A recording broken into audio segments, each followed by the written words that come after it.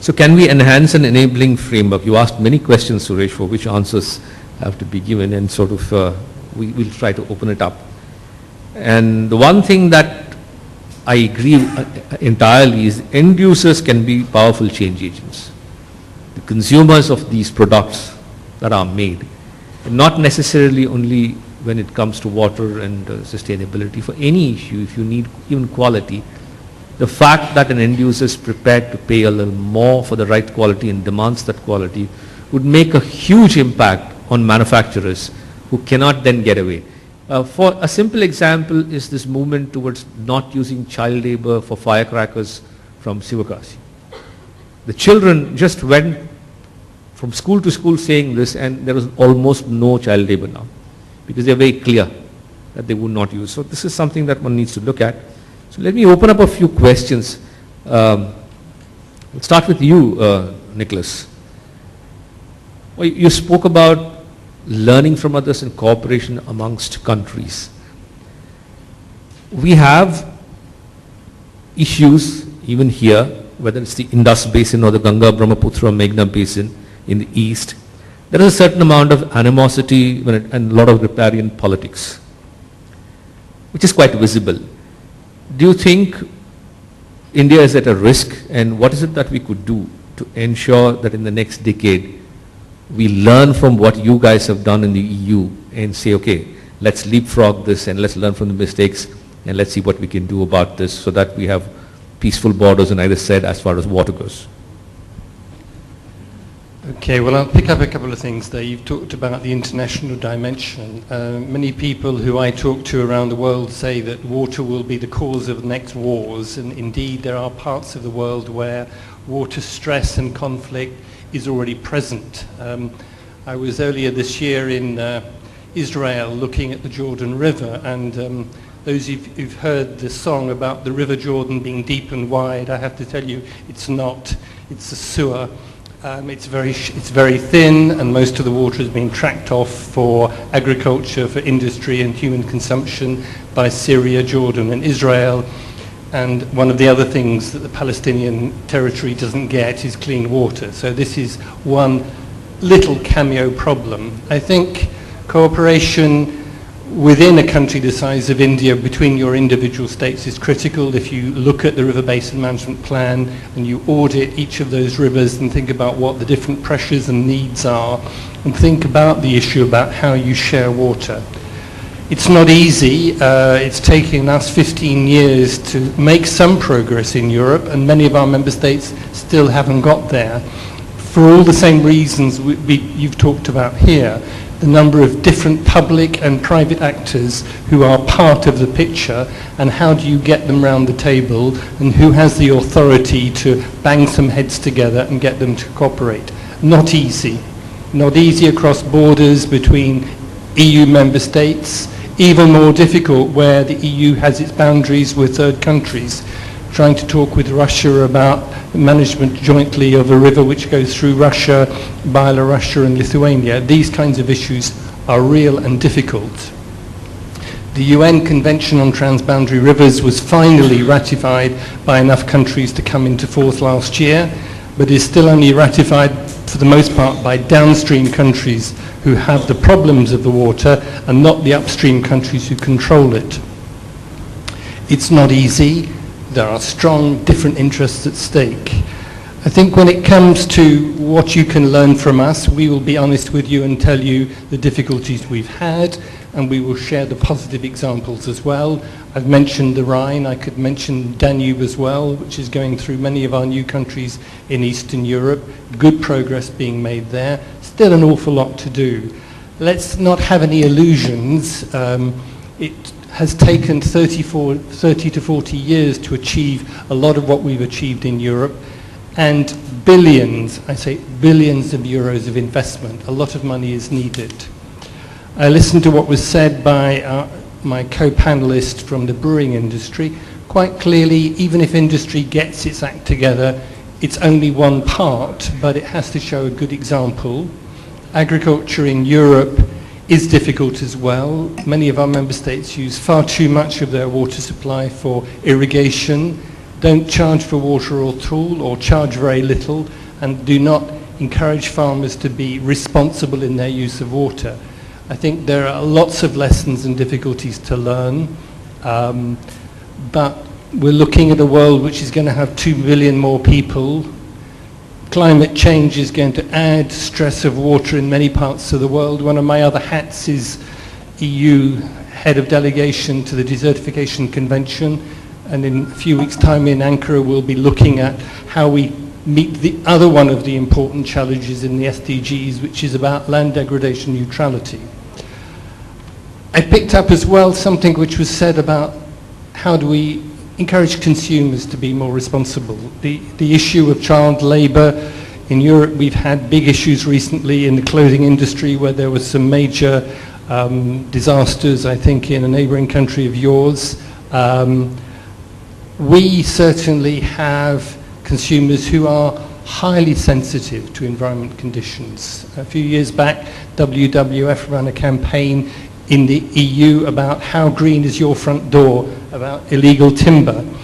And that turned a number of companies around very quickly. B&Q, which is a major hardware do-it-yourself shop, introduced their own sourcing control with questionnaires which posed questions to their producers in India and elsewhere about environment and social conditions. So let's not forget the power that the NGO movement, the power also that you can have as industries, because at the moment too many industries all around the world claim that their product is the greenest.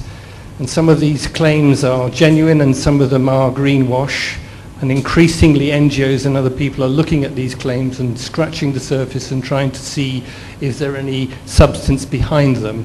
In the EU we have an eco-label system which tries to put a bit of order in that, and I think you'll find that kind of awareness will grow. So companies that are doing a good job deserve to get that recognised and deserve to have consumer confidence and consumer backing for it. But you do need to have a system. I'm not aware that there's any system in India which informs consumers about who is doing a good job and who's not. And this is one topic which is important for your domestic market, but also important for your export market, where I know the EU is a major receiver of exports from India for textiles, leather goods, a whole range of other things, and I suspect in the future we will be looking at some of these things more carefully. We have a timber regulation now. We do not allow illegal timber to be imported into the EU. This is supply chain management and is part of the answer to that question. Thank you very much. Thank you, Nicholas. There is a small movement now in the CII-IGPC where they're looking at certifying building materials as to how green they are. It's just a nascent effort now. Probably it'll pick up. Sabyasachi, industries, water consumption is far lesser than domestic in agriculture sector. However, the impact on industry seems to be the highest, not necessarily because of the business risks that they face, but also because of the pollution that they create in many areas. There is a lot of talk about zero discharge concept and moving towards a solution which talks about zero discharge. I personally am not sure of the relative merits of zero discharge, or is it really realistic? Coming from the Triveni Water Institute, what is it that you, what is your opinion about this? Again, I'll come back to the point. Let us as an industry demonstrate. Let us do our bit and then expect other stakeholders to follow suit. It is in this context. I feel that we have been engaging with different stakeholders and in order to create a ripple effect. Coming back to the zero water discharge, the ultimate purpose, again, let me reiterate, for the industry to start with, because industry has to demonstrate, then make an appeal to other stakeholders. Look, we have done this, now it's your turn. If you don't do this, the holistic management of water resources cannot be assured, because water flows, as rightly pointed, from across the sectors. So industry, number one, again let me reiterate, has to curtail the use of fresh water and curtail the discharge of wastewater. So how do they do it? So what I am saying is, let us imagine a condition, the quality of water which it is discharged from the industry is better than the inlet quality, or is at least at par with the inlet quality. Then the whole problem is addressed.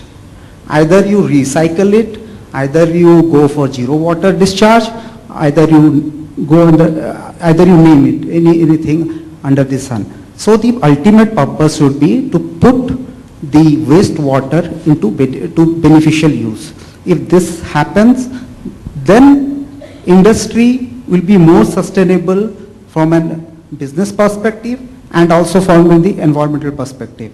Going forward, I would again say, when I said that industry's role is not for only for this reduction in fresh water and reduction in discharge of wastewater, I was trying to merely emphasize that we as an industry, as an organized sector, let us first demonstrate our seriousness towards the issue, burning issue of water before engaging with other stakeholders. Because if you go to any stakeholder and ask them to do what we haven't actually practiced, then it will be a bit of hypocrisy. So my point is, let us demonstrate, then engage with stakeholders. That will create an impact. And that is the reason why industry has taken the lead in reaching out to other stakeholders, multiple stakeholders. Thank you, sir. Yeah, thank you, Subhasachi. What you say is if the quality of the water that is discharged is better than the quality of the water that's taken in, to that extent the problem is sorted out, and I agree with you there.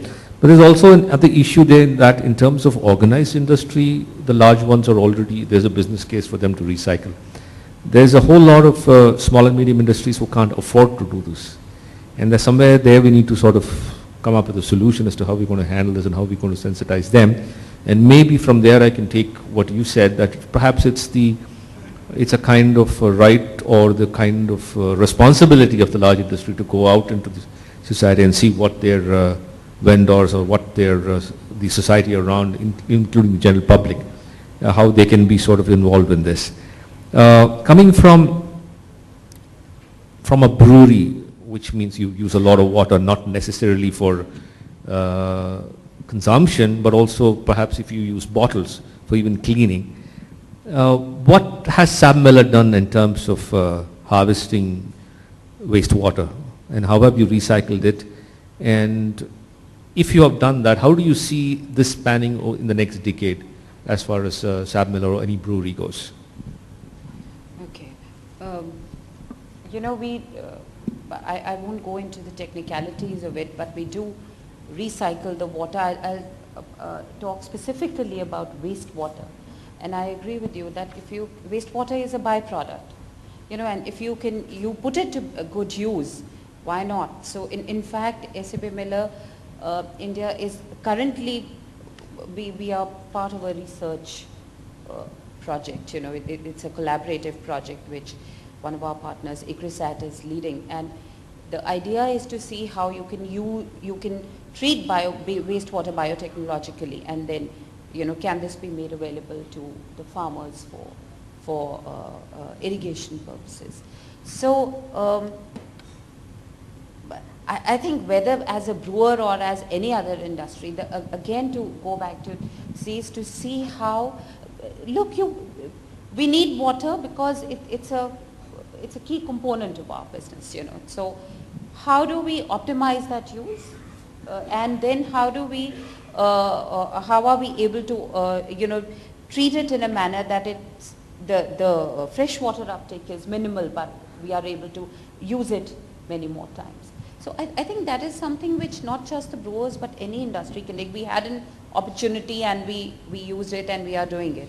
And once that is complete, we intend to put that knowledge in the public domain so that it is available for others, for smaller industries as well. Do you see any technological changes that would come about over the next decade to sort of help you in this? Absolutely, absolutely. Internally, SAP Miller is investing in technologies and at various levels in technologies, in behavior changes to see how we can optimize and improve our own water behavior year on year. And reducing the use of fresh water is a very key aspect of that, and we have set ourselves very, very stringent targets, which we try and meet ahead of the deadlines. So I think that is that is a no-brainer. That is something which an industry which is looking ahead, which is thinking ahead, will do. And I completely agree with you that one doesn't have the right to go and then talk of water stewardship if your own house is not in order. But I think in the present scenario and with the situation as it is, for several industries, it's a given. To reach the level of stewardship, it's a journey. And the first step to that is to get your own house in order. And that's why we don't talk much about it. And I think one tends to sort of take it as a given, because if that was not there, I wouldn't be here. I would not be sitting here talking of water stewardship. I think it's that stage that you have to go through and then move on. And then start driving this conversation with others to be part of that process. Thank you, Meenakshi. Water stewardship. Suresh, you spoke about water stewardship. You asked many questions. My time to ask you questions now. At the policy level and at the river basin policy level, what kind of measures could be taken in India, taking a leaf or two out of what EU has done? Understanding it's a very complex a very complicated political issue too. What is it that we could do, and what is it that we could tell the government of India that we are prepared to do along with you to ensure at the policy level we have clear-cut policies, and then the question is then compliance? Thank you very much for asking a very simple question to me. So I'll try my best to sort of unbundle my own thoughts on this. What essentially lacks today is information about how much stock we have, how much water we have, in terms of hydrology, in terms of ecology, very vague numbers. So if we can, actually what happens is when a particular agency does it, the others view it with suspicion.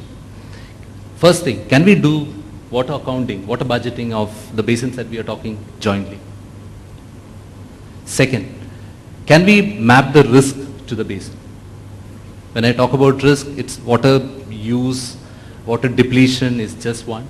There is a risk posed by climate change.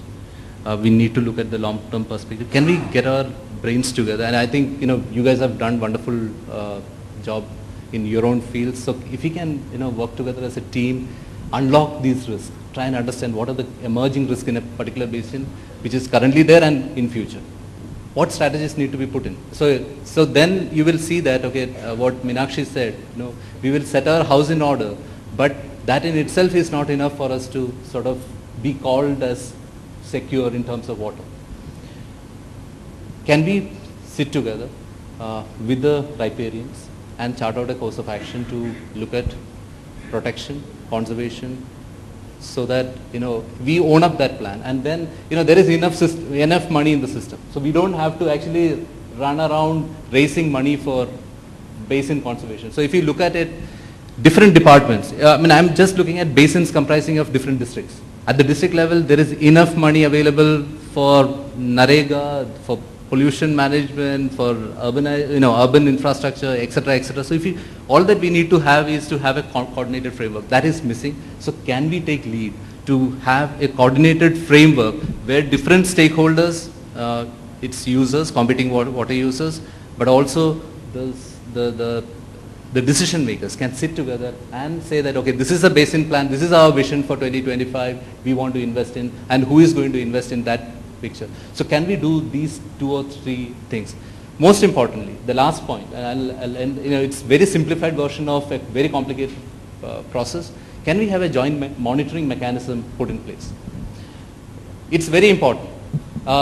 You can put up all kinds of online monitoring. In Ganga, there is 735 odd polluting industries, and it's mandated that online pollution monitors are to be put up. Very fine. It should be done. But can we have joint monitoring with all the stakeholders together. And Pollution Control Board today, they suffer because they don't have human resources to run around and monitor everything. Can we have localized monitoring groups where industry is also part, government is also part, farmers are also part? That will break away all the suspicions. The idea is not to just monitor the water quality, but also to say, okay, if something is not working, how can we actually rework on our strategy so that there is an ongoing iterative process in terms of a management plan. I think this is going to be very, very important. So we have made a very small beginning. It's just an year old. A process in these lines in a place called Moradabad. It's on the banks of the Ramganga, where we have tried to sort of facilitate a multi-stakeholder group, which is headed by the district magistrate, and district magistrate has all the powers. But the idea for us is to bring in different districts together, because the basin comprises 10 districts. So how do you sort of bring all the districts together? And I think Chair, if we can actually detail this out and take one priority basin, where out of the 14 basins which have run out of water, or the closed basins, if we can pick one of those basins or the sub-basin and operationalize this, I think that will be a great way to go ahead. These are local solutions, but we need an enabling mechanism at the central level. Again, I'll go back to, my recommendation is that we need to seriously look at our water policy.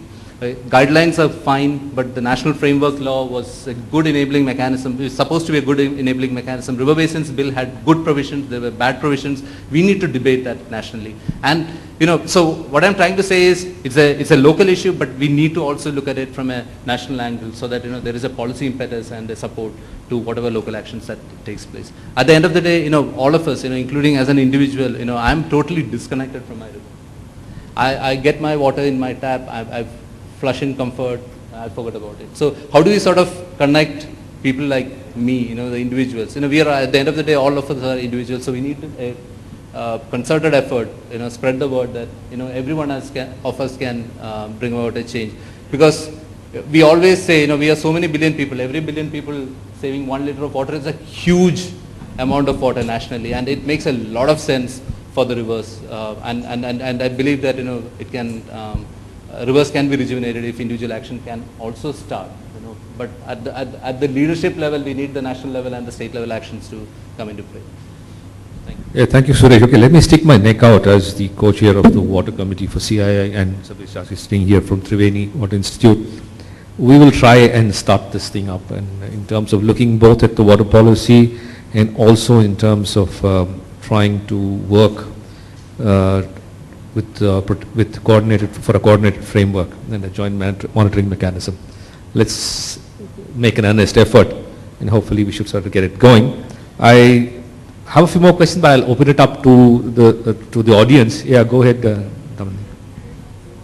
Just introduce yourself and a quick question to any specific member of the panel or. Thanks, Ranga. My name is Damandeep. I work with CDP, and we also ask companies to disclose on water, and we have over 1,000 companies globally disclosing to us. My question is to you, Ranga, actually. I haven't heard the most important phrase, innovation, mentioned here. I mean, we're reaching a crisis situation on water, and there's nothing that's happening. Today, the most startling thing and the most encouraging thing I've heard is from Secretary Lavasa, who mentions that there is a new strain of paddy that's being experimented upon with some hydrogen gel coating that will reduce flooding irrigation from 15 to 4. Now that is a huge, huge saving in a country like ours. So, if you use that, for instance, in the Kaveri Basin, you could probably have the solution to the annual slugfest between Amma and Karnataka. Okay, but I'm not sure if that's going to happen. But also, ambition, Suresh, from you. I mean, I think as a major giant in an organization, the WWF, you need to work on a bigger basin rather than just Moradabad, Kaveri or something. Mr. Henley, you mentioned about how do you, reward the best. We are now, this year, CDP is experimenting with a methodology where we're going to rate companies on water. It's being resisted by the top water companies in the world.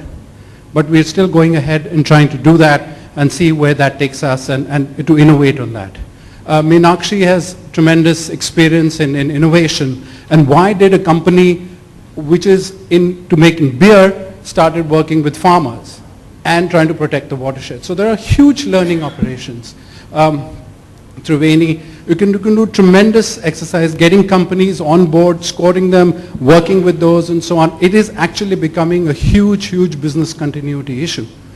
To my mind, and I wrote this actually in the Hindu Business Line also, one of the main reasons of Nestle and Maggi controversy, one was of course the food safety issue, the other was water. Of the ingredients that were using, the quality of water, they probably had no control over it. Whatever they were doing was fine, but you know, those water quality issues are huge. So coming back to you, Ranga, where is the innovation? We're hearing reports from Egypt where there's some low-cost technology on desalination plants. So, you know, what happens to these? Yeah, we didn't really focus too much on innovation. One, it's a word which is bandied around too often. But there are some genuine changes that are taking place in terms of technology, whether it be for cleaning up water or for consumption of water in the agri area. What we need to do is to sit down and CII, we are not so connected with agri, but we are making that effort to see. We know that if we just focus on industry, there will not be enough traction here. So we are trying to look. But what we would like to do then is to bring in more stakeholders. We've been talking to a few people amongst our members who are connected with agriculture, and to see what we can do. But I do agree, we didn't bring it out in this talk. But unless until we do something about agriculture, which is what I said in the beginning, and I reiterate again, and we save on the kind of water we are using. And what sort of shocks me is that some kind of a little report I read that we consume 4 times more water than even Philippines and Vietnam for producing rice, and we produce half the quantity. And that's, I mean, there's a low-hanging fruit out there. Yeah, I certainly support that. I mean, if you look across the EU, I've been to places where they boom spraying crops at midday in the hot sun, and other places where they've invested in drip irrigation. This is not rocket science for the most part. There's a lot of low-hanging fruit like that. And it's a question of putting pressure. The question may be to all of you, how many of the businesses in this room actually have an idea how much water they use and have actual plans to save it? You've said you've got 100,000 companies doing it, but I'm sure there are many who have not yet done it.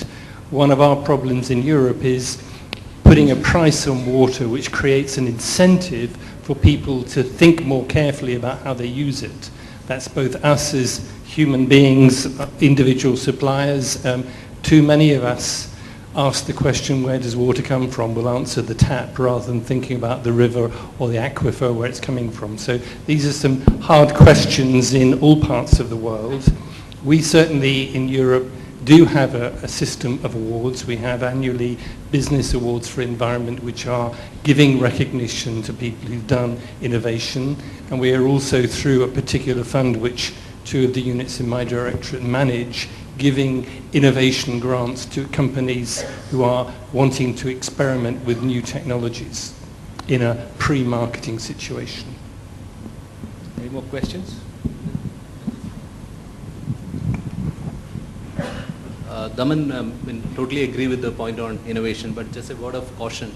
The innovation that we talk about, unless it combines with an institutional reform, many of these benefits or the savings, water savings, are not going to translate into ecological benefits.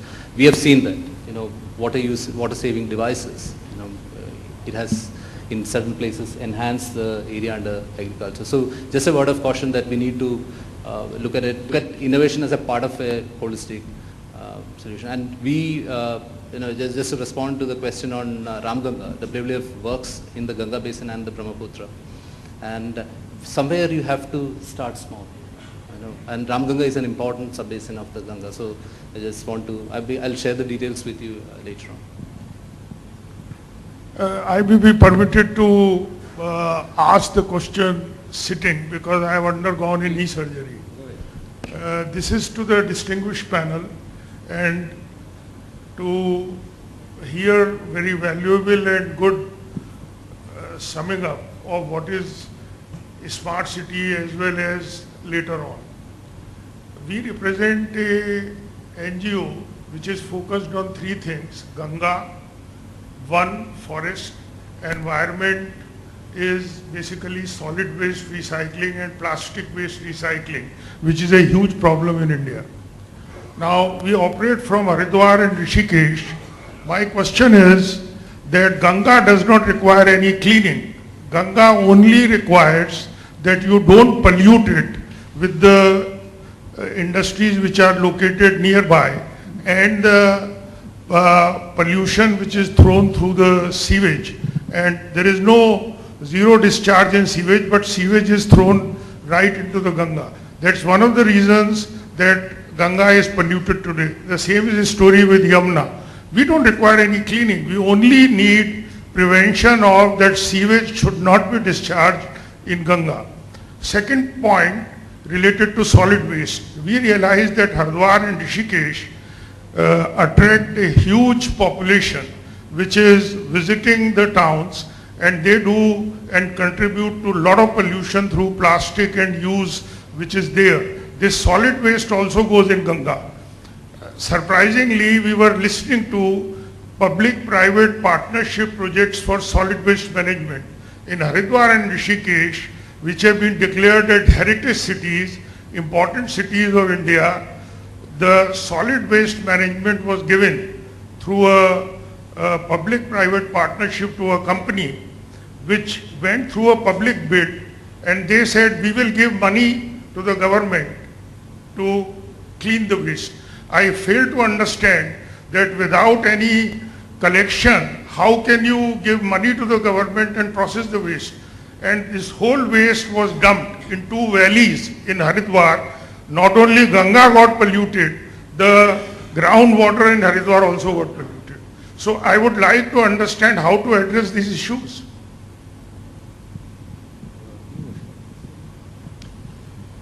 You've raised two issues there. I'll take the second one first. When it comes to waste, we have in the EU something we call the waste hierarchy. On the top of the hierarchy is the waste is reused, then it's recycled, and only at the very bottom do we still have allowance for some degree of landfilling. But even landfilling, we have rules which require a new landfill where it's very rarely developed to have sewage treatment works to catch the waters running off. Because quite clearly, as you say, there is a big relationship between landfill and pollution of aquifers or pollution directly into rivers. This is not easy. We have countries in Europe that have reached 98% recycling or reusing, and we have other countries like Romania that are still 98% on landfill. It doesn't happen overnight. It requires enormous investments, but it does require a vision of where you want to be. And this applies to almost everything we've been talking about today about water management. As I said earlier on, don't imagine you're going to clean up the Ganga in 5 years, 10 years or whatever. It's going to require decades. It's going to require somebody with the political courage to force it through and to get partnerships with you in industry, partnerships with local authorities and cities to force it through, and to do the often hard business of enforcement. We in the European Commission have to take some of our member states to the European Court and now have the power to fine them if they haven't implemented legislation. This is not easy, it's politically sensitive. I'm sure environment inspectors in some of your states hesitate to close down small businesses that are polluting, but sometimes somebody's going to have the courage to say the degree of that pollution is having an impact which is many, many more times costly to the economy than the value of the few jobs it's creating.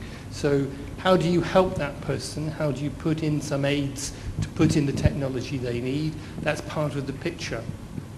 But you have to have a vision, and you have to look at the complexity of all the different elements, and I think many of the questions have talked about different components, and sitting people around the table putting that together is very important.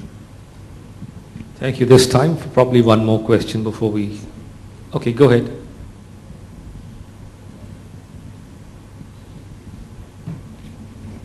Bhavna Prasad from WWF. This is a question for Mr. Ranganath. Right in the beginning of the session, you mentioned that 4% of water is used by industry. That is assuming that it's water used directly by industry and not talking about the supply chain of industry, where, for example, a SAB miller is using barley and the production of barley in terms of agricultural produce, or looking at a textile company which uses cotton in terms of agricultural production. So that tends to be a little bit of a limited use of water usage by industry, while actually it's the water footprint of industry is a lot more.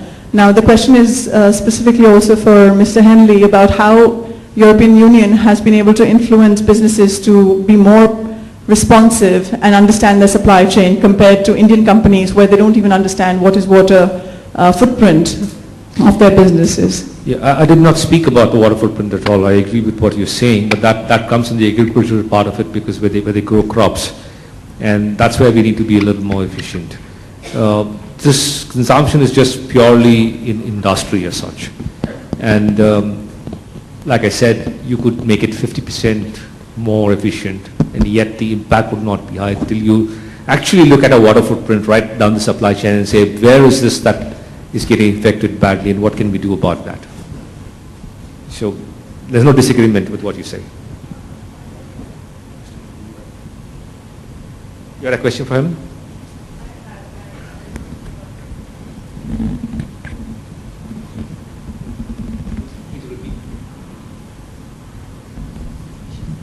Sorry, the question was also for Mr. Henley about how European Union has been able to influence industry to look at their supply chain. Is it regulation? Is it business innovation, rewarding businesses at some level, or it's just NGOs taking action against business?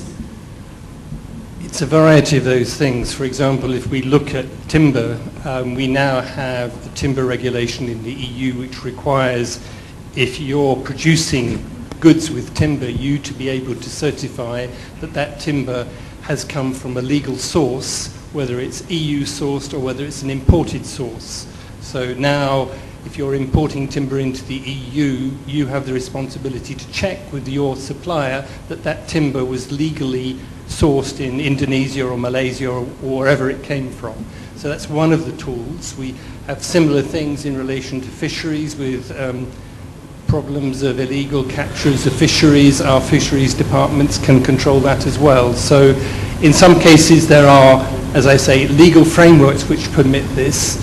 In other cases there are incentives like eco-labels, like environmental reporting, which we encourage companies to do, where the best companies are keen to demonstrate that they have plans, whether it's on water use or whether it's on supplying materials or energy, if we're looking at climate or whatever, and have active forward-looking programs moving into the future, improving their performance on a year-by-year basis. So this is something which is done more and more in Europe.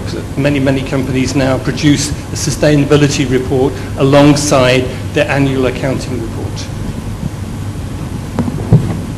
Any more? One last thing? Oh, good. Okay, so let's wrap up with thanks to Nicholas, Sabyasachi, Meenakshi and Suresh for giving their opinions, their views, and also taking the questions from all of you.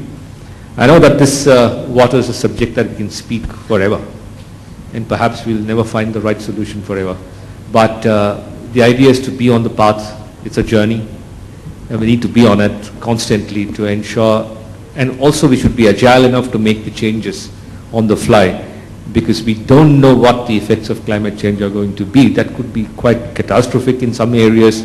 It could be benign in some areas. We're not very sure. So unless we cooperate and work together and bring all the stakeholders on board, which is easier said than done, it would be difficult to handle this. So we should start with all the stakeholders, whether it be the government, the industry, the general public, or the bureaucrats of the various states, and see what we can do to get some kind of a coordinated approach to water to ensure water sustainability. Thank you very much for patiently listening to all of us.